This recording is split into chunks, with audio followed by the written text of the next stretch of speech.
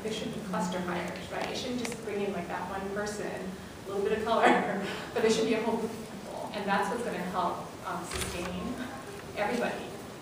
So I think it also to do with kind of institutional policies, for that. And I remember after that, that whole series of kind of programs were instituted, we formed the Faculty Color Caucus. And so we could create a political bloc, basically, and a support group that could help shape policy. And we got a lot of backlash because of it, but just a little. It's better to suffer as a group than individually. There you go. Do we have some more? I think we have time for maybe one or two more questions. Me? Yeah, sure. Oh, okay. Hi, thank you everyone. This is great. Lynn, what you said really struck me before about Asian American faculty taking about 10 years to get tenure. There's like, well, I know, but there's like this wave of. Well, there was a wave of panic, and I looked at Adrian, and we both were like.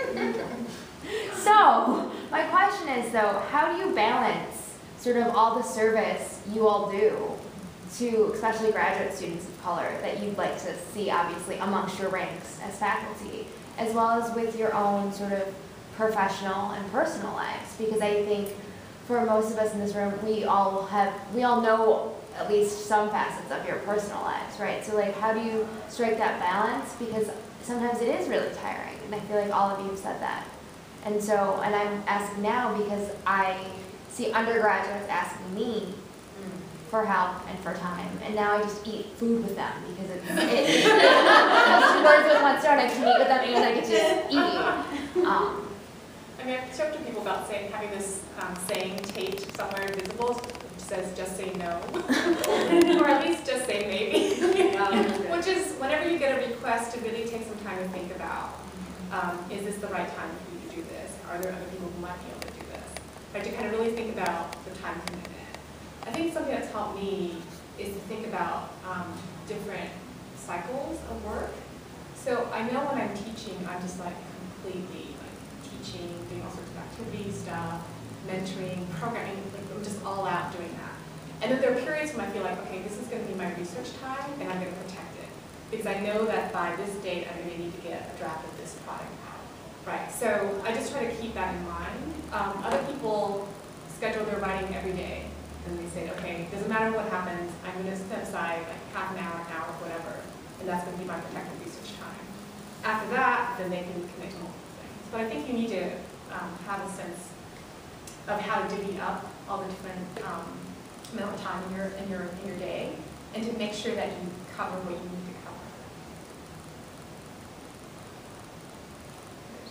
Yeah, I mean, I get asked this question, I know.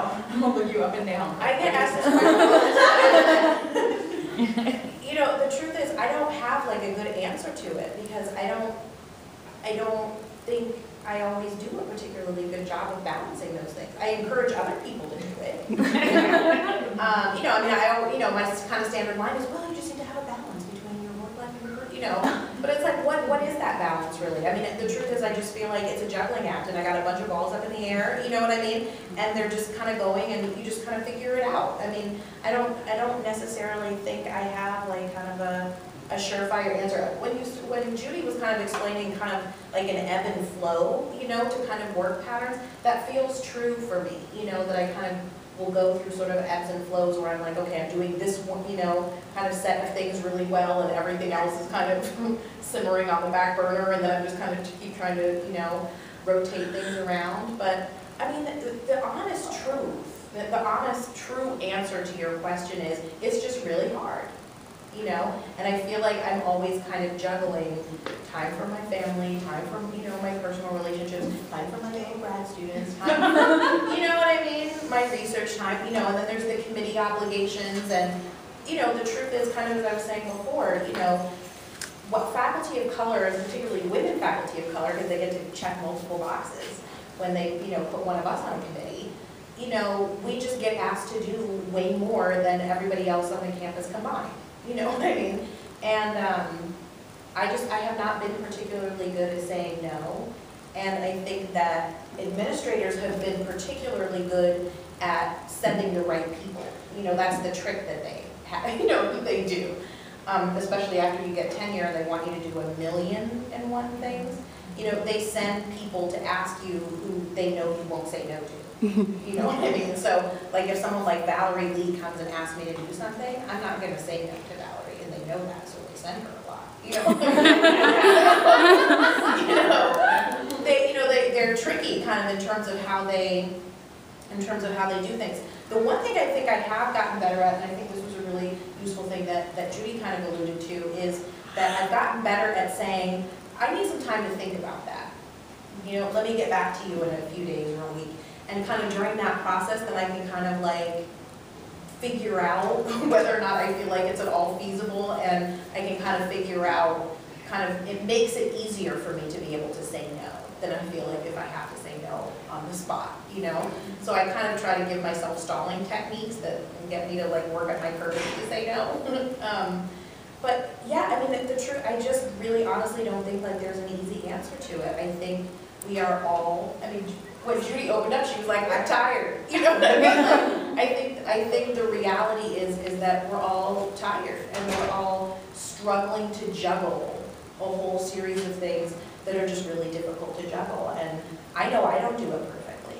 You know, I have times where I feel like I'm not giving, you know, my grad students the attention they deserve. I don't feel like, you know, I had to send my husband a text message today and be like, I'm not going to be home till 9 o'clock again tonight, you know, for like the 5th night in a row. You know, he's kind of like, you know. So, I mean, you know, there are times where you just feel like, I'm actually not doing any one of these things particularly well, or as well as I would like to be able to do them. But you just kind of keep juggling, and you just keep doing the best you can, you know. That's what is true for me. I think Dr. Fernandez actually stopped me in the hallway today. I think she was like, you know, we're like talking, and then I think you were there at the beginning, and then at the end, Dr. Fernandez was like, Dr. A says just A, right? And she was like, but the thing you have to realize when you become a faculty of color is that if Dr. A says no, then they ask Dr. Fernandez. Right. So she said, like, me and I know when Dr. A said no, because then they ask me, right? Because there's such a small circle, Yeah. so like, you know, it kind of becomes this like pass it on type thing. So if one of you says no, then it goes on to the next one. Well, which other one filled all these boxes up? So who can we ask, right? So is it? And I actually have been in a situation before where I have said yes to something that I really didn't feel like I had time to take on because I knew who they were going to go to next, and that it was going to be worse for that person to have to do it than it was going to be more burdensome for them to have to do it than for me. Right. I think Dr. Fernandez says she's getting more questions now, but I'm assuming that's because she's tenured. Yeah, now. she's tenured. So you guys have understood that she can now take it on. So, I was going to say something, but you know, the person who's asking you is not aware of how much you have to do. And even if it's the chair of your department, they don't actually realize the impact it's going to have on your life.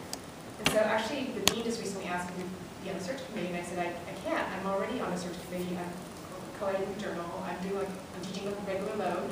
Right, so I kind of explain to him like what it is I'm doing, and he says, oh, okay, I get it. Right, so sometimes when you say no, you can say, you know, I'm really interested in this opportunity, but for now, I need to really prioritize finishing my book manuscript.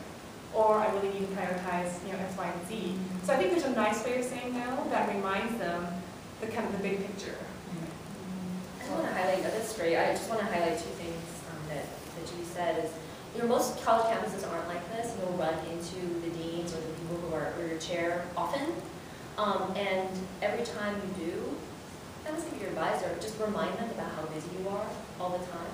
I mean, really, you know, oh, I'm writing this article, it's got a deadline next week, or, you know, I'm on this committee, or, you know, oh, I'm flying out to this conference, whatever, right? But just constantly, not only, you know, publicize your own work and how studious and good you are, assiduous, you know, but also remind them how busy you are so that they won't think of you when they need something done. The other thing too is, you know, and this is kind of a different way of thinking about what Judy had said too, is the bait and switch. It's like, oh, I can serve on your committee, but you have to get me off the other search committee, right? Yeah. So it puts it on them to make that work. Right. You say, yeah, actually, I did say that. If you want me to do this, then I need to be released from something else. Or maybe you'll give me, you know, a teaching reduction. Or maybe you'll give me more money for my research. I don't know if that's going to happen. But I think there's many ask that will give you support for what you want to do. I I mean, actually, we were talking about how we don't want our work lives to be our total lives. But actually, now that I think about it, I think my total life is my work life. There's a way in which being a professional, there's no end to the workday, especially being an academic. Like, you can wake up in the morning and start working, and you can go until you're too tired before you go to sleep, right? So there's a way in which that work can kind of fill up your whole life, unless you put some limits on it. And I've seen this strategy by some senior colleagues, a lot of them by male leaders, just because they're the ones who are senior. But they will purposely do a bad job at things. Yes, They won't be asked again, right?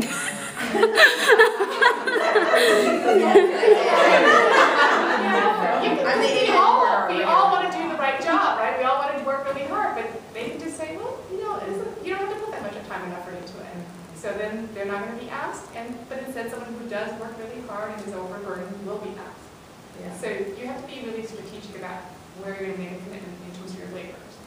Yeah, I had actually a long-standing running joke about the fact that I felt like I should have much earlier in my career developed like kind of a slightly peculiar eccentricity. Like not one that was like weird enough for people not want to watch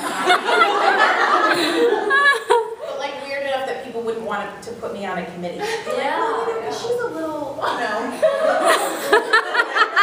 it would have like kind of relieved me of that, because the thing is that I actually have sort of suspected that people, I mean, I know people purposely do like a bad job, but I also have sort of suspected that some people like purposely kind of develop weird little personality quirks that like prevent them from being. It's voluntary. Send the message like I don't actually want to, and then they don't get asked to do stuff. I mean, it actually does. It actually does work. I want to be respectful of our time. So I know that we're all really busy and we've all probably been here all day, so we're actually over our time limit. And I want to say that in addition to that, that means that we need to all respect our own time limits when we're doing stuff at school. I'm very strict about not emailing students back after a certain hour at night, because those are my hours. And I tell my students that, like, you don't have access to me at 2 o'clock in the morning, right? Like, I'm not going to wake up to email you back at 11 o'clock at night. So I answer your emails between 9 and 5 Monday through Friday. And that's the end of the conversation. Like, that kind of ends it, So I think that those are kind of things that we can implement in our own lives to make it a little bit more respectful of who we are and what we're doing. Sometimes we feel like we have to immediately be back with people in this age of communication, and I think that we should respect our time in that way. So I want to thank all of the panelists for taking their time out and being here on an evening when Obama was on campus and campus was crazy and all of those things, and suggest that we have a part 2 to this conversation, because I feel like there's a lot of questions that we still have, and I feel like wonderful professors have done a really good job at answering, kind of these different stages in the process, right? So having Dr. Ortiz, who's a little bit earlier in her career,